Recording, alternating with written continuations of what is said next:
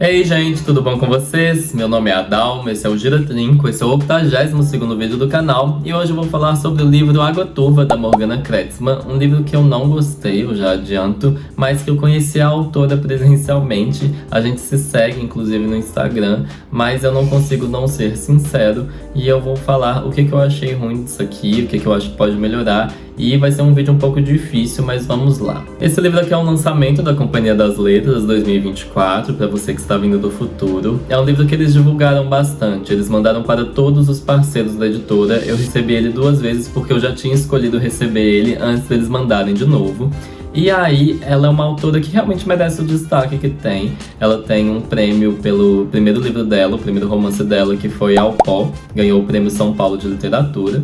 Mas esse aqui vai estar muito mais ligado à formação dela. Ela é formada em gestão ambiental, ela é lá do Rio Grande do Sul, do noroeste do Rio Grande do Sul.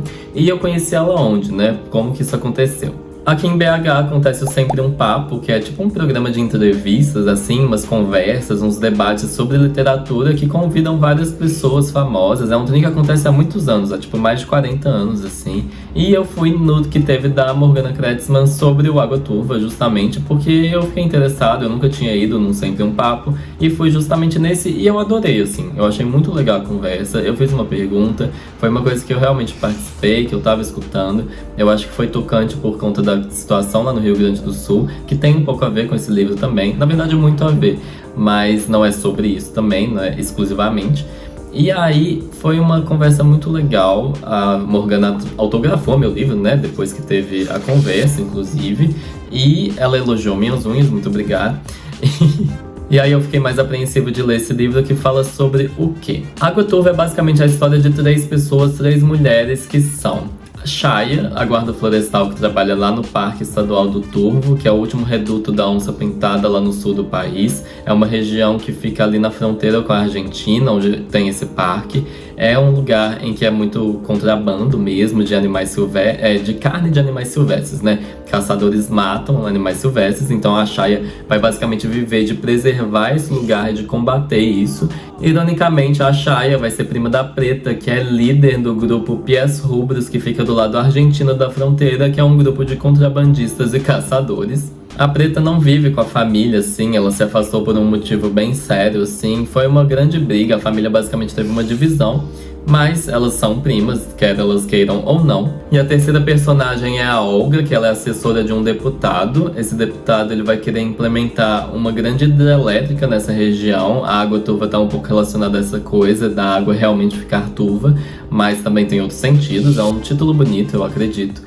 E é um livro que vai basicamente ter essas 3 personagens em volta dessa decisão que tá para ser votada sobre essa hidrelétrica que destruiria o parque, assim, o Parque Estadual do Turvo, acabaria com a fauna de lá, com a flora, o bioma todo, basicamente, a biosfera ali. E a gente tem que entender que elas são inimigas entre si e elas vão ter que, de alguma forma, achar um acordo entre elas para salvar esse negócio. Eu achei a proposta interessante, mas eu acho que ela não vai ser exatamente uma coisa que me desperta tanto. Eu acho que eu não leria esse livro de graça, assim, eu não compraria esse livro, mas li o livro e o que aconteceu enquanto eu lia? Ele começa já com uma coisa que eu achei um pouco duvidosa e eu queria até entender se a Morgana estiver assistindo esse vídeo, eu queria que ela me explicasse, porque o livro começa com uma lista das personagens que vão aparecer, assim, as personagens mais relevantes do livro, falando o parentesco entre elas, basicamente. Isso era necessário? Não. Isso ajuda de alguma forma? Sim, acho bacana. Mas a minha dúvida real é, eles são muito interligados entre si e por que não foi feita uma árvore genealógica que facilitaria tudo pra todo mundo, assim? Visualmente seria mais bonito, seria até fofo, assim, eu acho que a árvore genealógica em livro é uma coisa fofa.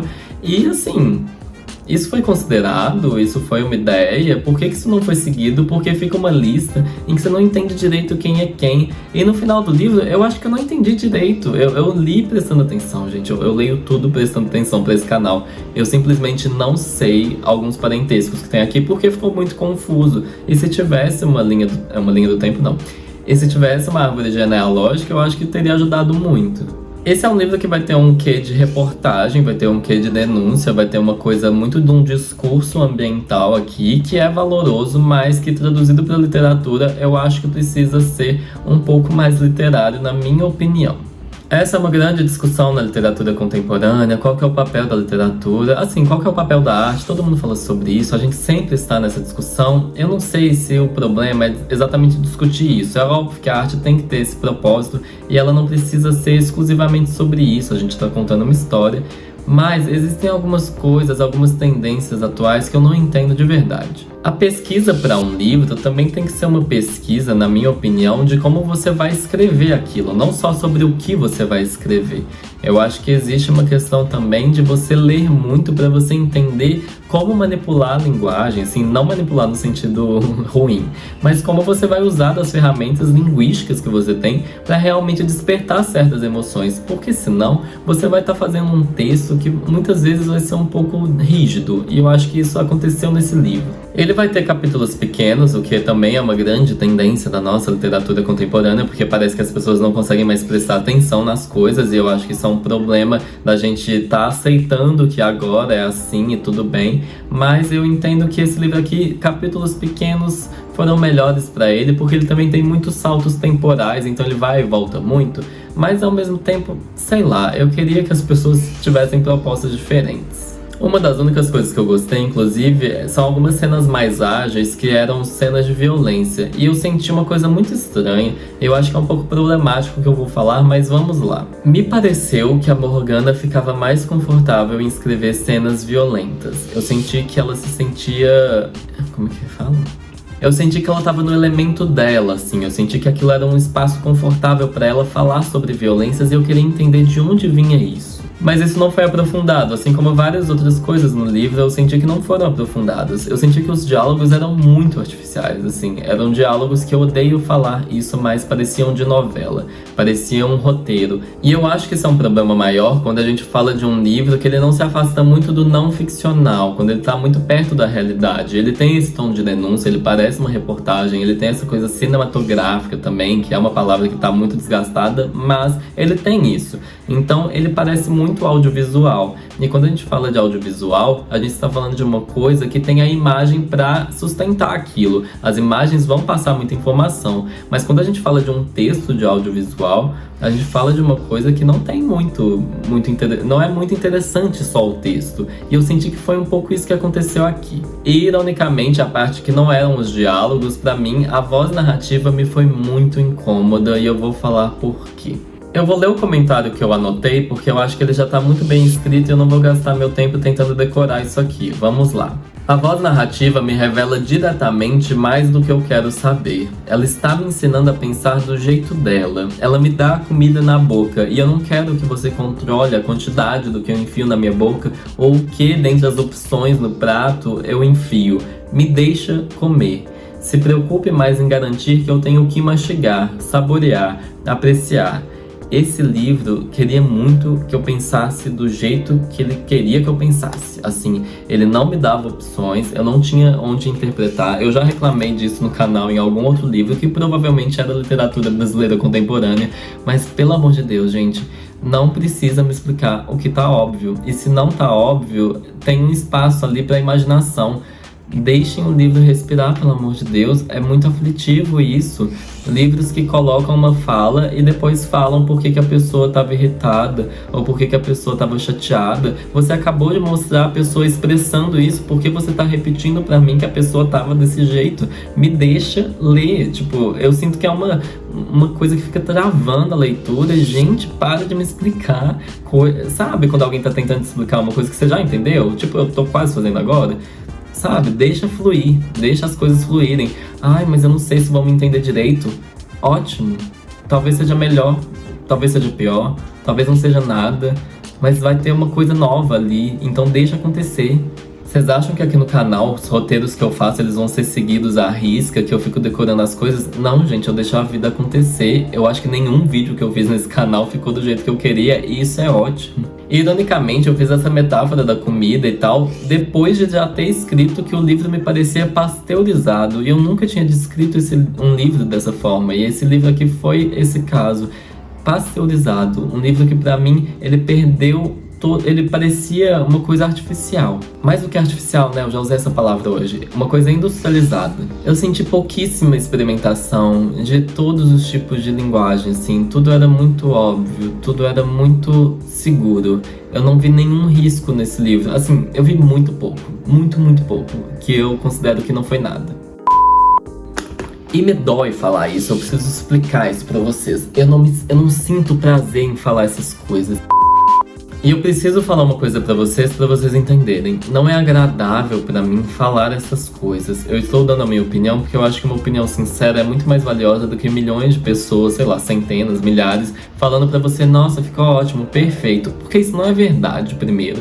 Eu acho que as pessoas estão um pouco viciadas na palavra perfeito. Eu cansei desse adjetivo.